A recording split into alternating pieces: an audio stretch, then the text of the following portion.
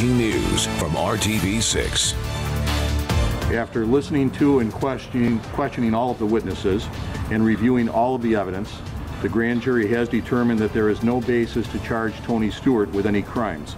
That announcement, breaking news this afternoon. Tony Stewart will not face criminal charges for that deadly on-track incident last month in New York. Yeah, you watched that announcement live on our RTV6 app, and we have team coverage of it tonight, starting with RTV6 sports anchor Brad Brown. Brad. Drew and Todd, good evening. We have that official word tonight. Tony Stewart will not face criminal charges for that incident on August 9th. The prosecutor making that announcement just about 2 hours ago.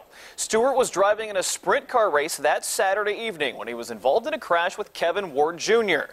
The 20-year-old got out of his car and approached Stewart's while it was still moving on the track.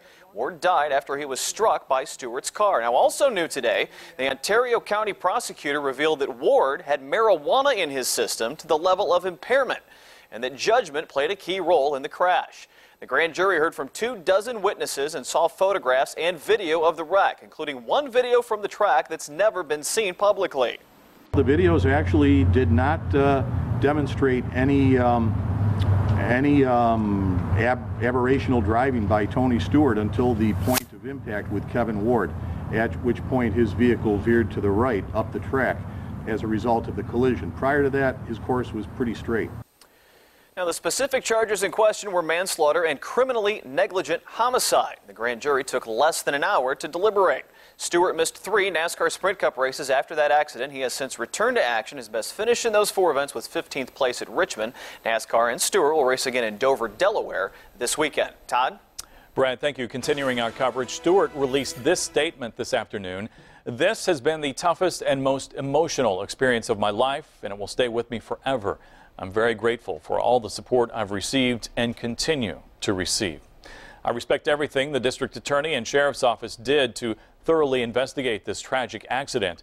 While the process was long and emotionally difficult, it allowed for all the facts of the accident to be identified and known. While much of the attention has been on me, it's important to remember a young man lost his life. Kevin Ward Jr.'s family and friends will always be in my thoughts and prayers.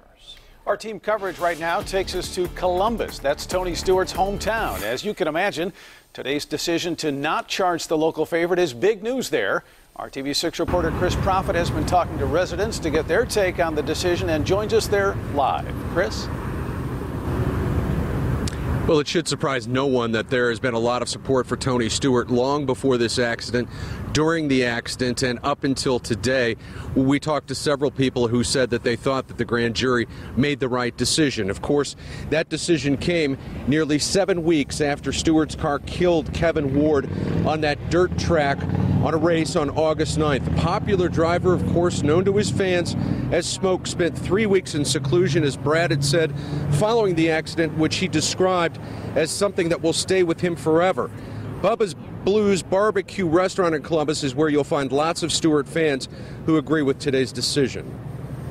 I saw the tape, and I didn't think it had anything to do with anything. I thought he made a mistake. It looked like he tried to maybe spin the tires, maybe spray the guy, but I don't think he, intent, right, is 90% of the law. There was no intent. And that was a pretty universal statement. A lot of people we talked to said just about the same thing. They thought that this was a tragic accident, and unfortunately a driver getting out of his car certainly could lead to any sort of problem on that track, and we know what happened after that. And now we know that Tony Stewart will not face criminal prosecution. Live in Columbus, Chris Profit, RTV6. Thanks, Chris. And let's take you back now to the events leading up to today. Ward was killed August 9th after Stewart's car struck him on a dirt track in New York. Stewart dropped out of several races before returning to the track on August 31st. On September 11th, the Ontario County Sheriff's Department announced it finished its investigation.